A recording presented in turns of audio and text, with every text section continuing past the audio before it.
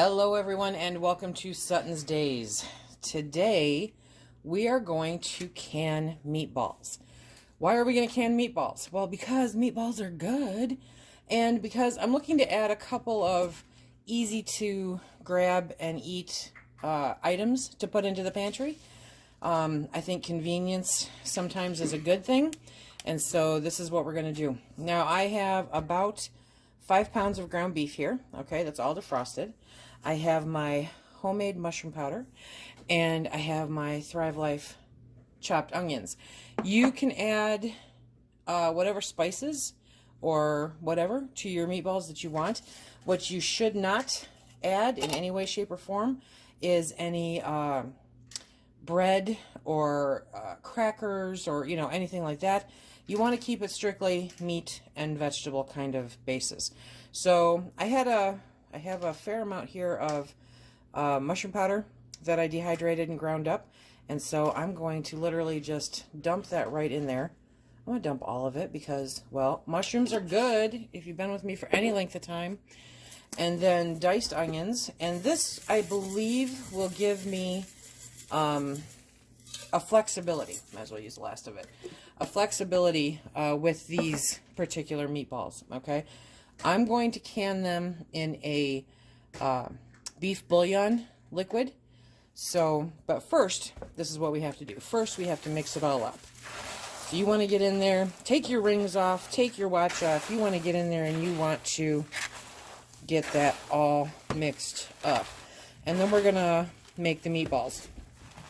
Now, we don't raw pack these. What we do is we take the beef that's all mixed up with the onions and the mushroom powder and whatever else you put in there, and we're going to form our meatballs, and we're going to par bake them. You can also cook them, just brown them in a skillet if you want, but honestly, because of the quantity that I'm doing, I thought it would be easier to put them on a sheet with some parchment paper, put them in the oven, and brown them up that way. You don't want them completely cooked, but you do want them, browned up to some extent. So, see, that was fairly easy, wasn't it?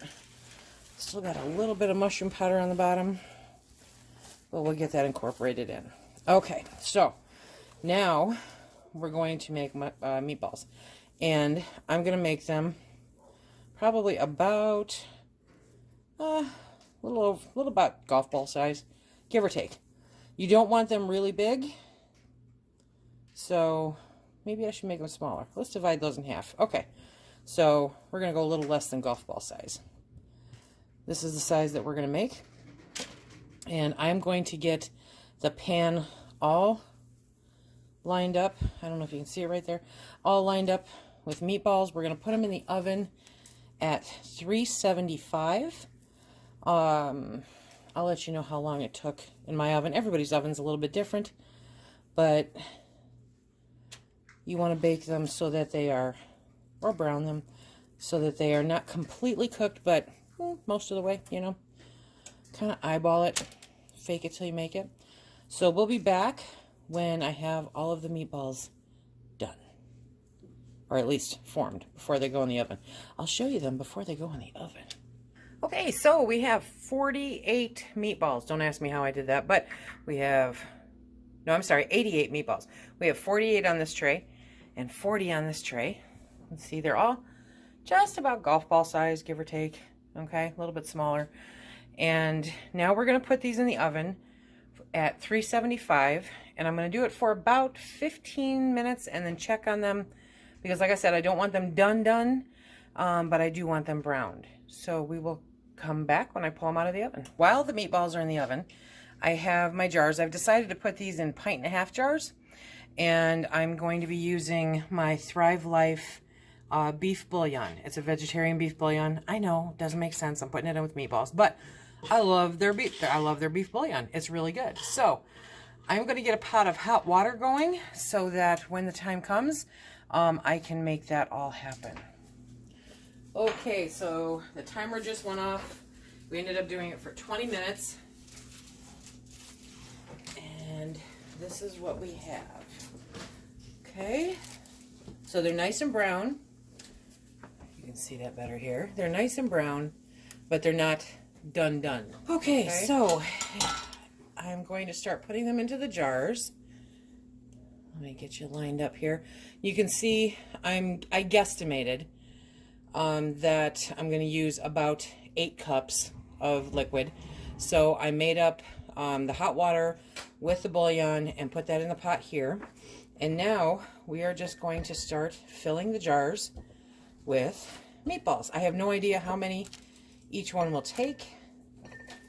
And while I'm doing this, I'm going to turn on the heat underneath my canner because this is hot product going into, it's got to go into hot water in the canner. So we don't want to smash them down, obviously, right? We want to make sure that there's enough in there, but we leave an inch headspace. Okay. Let me see here. I may need to get more jars to accommodate both trays, but this is the amount of jars that will go into the canner for the first run. So we'll see how many jars I can fill up. You can do, obviously, you can do quarts. And I don't know how many will go in there. This is 1.5 pint jars. So it's just something you kind of have to play with. Oh, you know, I might make it. I might be really, really close. I might have to have a meatball or two for dinner. Shucks. There we go. We'll see. We will see. Okay, so that's one tray down. Was this the one that had more? Nope, 1, 2, 3. Nope, this had less. So we might make it. Let me teeter you up here. I'm just filling that back row right now. So what do you do with meatballs? Now, the really cool part about this is anything you want.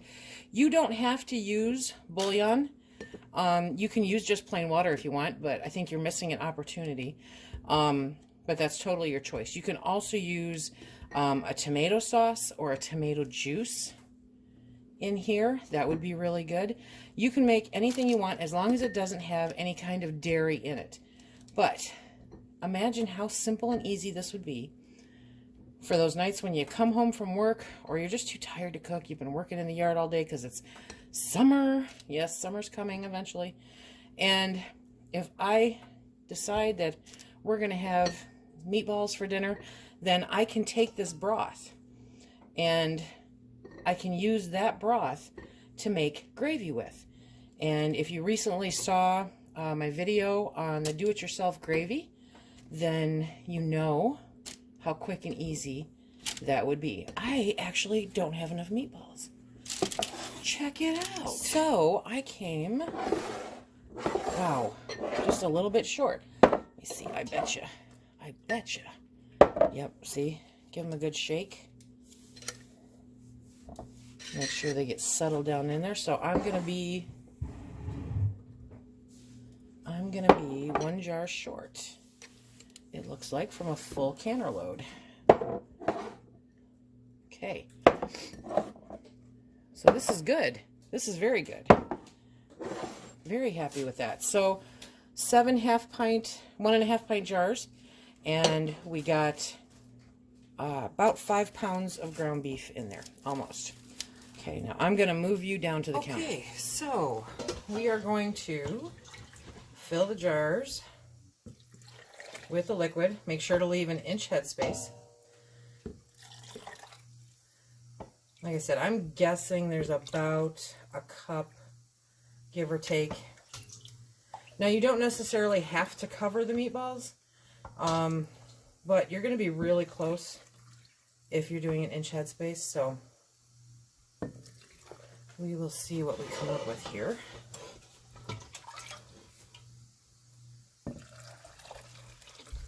But this broth will make an amazing gravy that everyone will love. You can put it over potatoes, you can put it over pasta, you can put it over mashed cauliflower, you can put it over rice or cauli rice, or you can just eat it straight out of the jar. You can also add these to your pasta sauce. I mean, it's mushrooms and onions. Those are pretty much in pasta sauce anyway. So, nope, I was wrong on the math. Let me see what I got here. I'm going to have to make up a little bit more broth.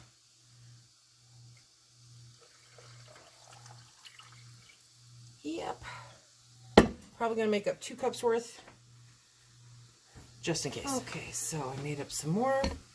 We're just going to top off. Whoop. We're going to make a mess. Okay. I'm going to make sure that those are at an inch head space.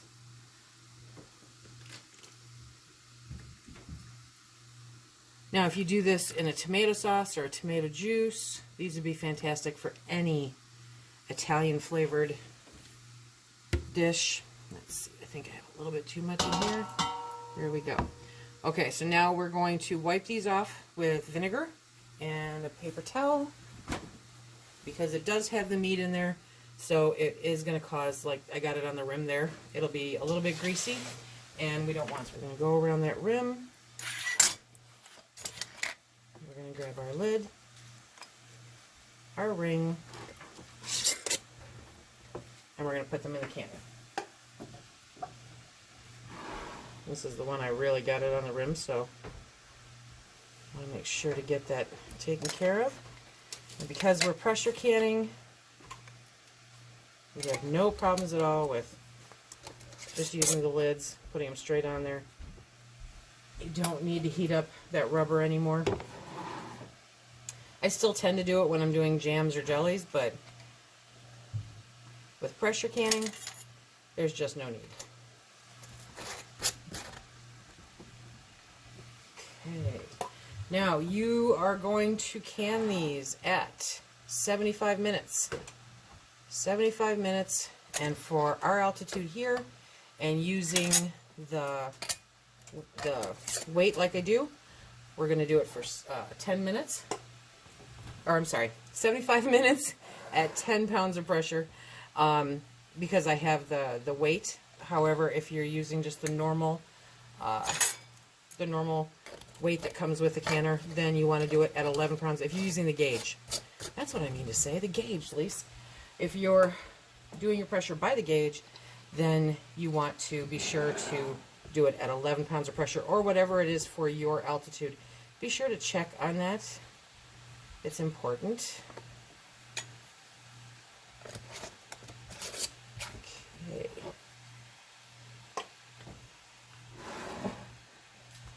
These are going to be a great addition to our pantry for those quick meals, or even if we got sick, you know. This is a simple meal. Instead of going and getting a jar of chunky soup or whatever, we would just do this. So we have 7 jars in the canner, and now we're going to put the lid on. We're going to bring it up to a steady stream of steam. We're going to let it vent for 10 minutes, and then we are going to put the weight on, bring it up to pressure, and can it for 75 minutes.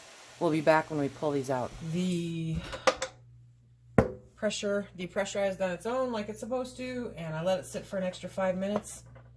Now we're going to take the top off, set that to the side, and now let's see how it went. Okay. Oh, look at those meatballs. I am very excited about this project. I love the idea of having something simple and easy and comfort foodish that we can have on our shelves. Quick and easy food.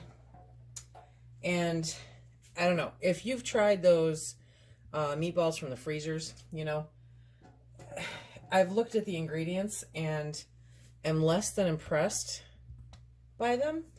I couldn't believe the carb count in them, number one. But there's just stuff in there that is unnecessary. And here I have shelf-stable, beautiful, beautiful meatballs that I made. I know what's in them. I'm so happy about this. So we're going to let these sit overnight and cool off, and then make sure that everything is sealed. If they don't, guess who's having meatballs for lunch tomorrow? But I think these are going to do beautifully. They held together. You can see them in there. I'm very excited about this. In case you couldn't tell, very excited about this. So this is how I have canned meatballs. Plain, simple meatballs. And now I can make whatever I want with them. I do tend to stick with more beefy recipes than, you know, the tomato-based ones. But with the tomato base in this, they would be amazing also. But these, I think, are going to be absolutely fantastic. And if I decide that I want some pasta sauce and meatballs, I can do it. It will make no difference at all. These will go great in any kind of tomato-based sauce. They'll be great in any kind of beef gravy. Oh my goodness. I hope that you will give this a try. This beats frozen store-bought meatballs any day. Remember, if you like what we do here, please hit that like, subscribe, and share. Check us out on Instagram, Facebook, and Twitter. And until the next time, be safe.